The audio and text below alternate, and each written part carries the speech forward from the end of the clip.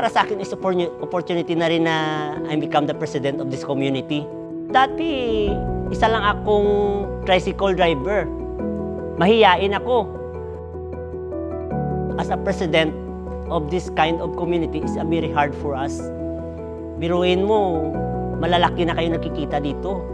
Galing kami dito sa iba't ibang lugar ng Silay City proper.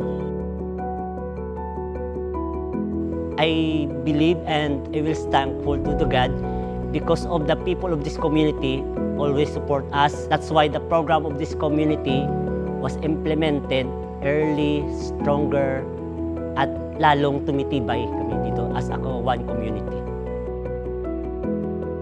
The project, the program of this community, mayroon na kaming egg seller, tapos peanut butter, at saka kung iba pang mga negosyo. Example yung garden. So about the garden, nag-start yung plano namin sa garden December 2019. So pinag-usapan namin, nag-training kami sa City of Silay Agriculture, nag-seminar kami, doon kami tumutok sa garden. In-improve namin, so kahit walang nagtitinda ng mga naglalako ng mga isda, so mayroon kaming gulay. That is our first alternative option na para may maulam kami. It's a big help for us. We all know bamboo. Kung titingnan natin, pagbuo yung bamboo, pag nabuo yung isang buong puno ng bamboo, talagang malakas siya.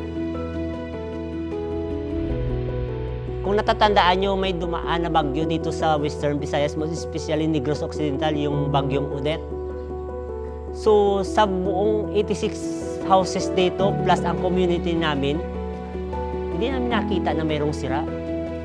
So, hindi kami dito binabaha.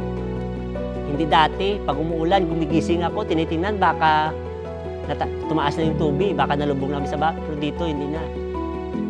Makatulog na kami ng maayos, safety.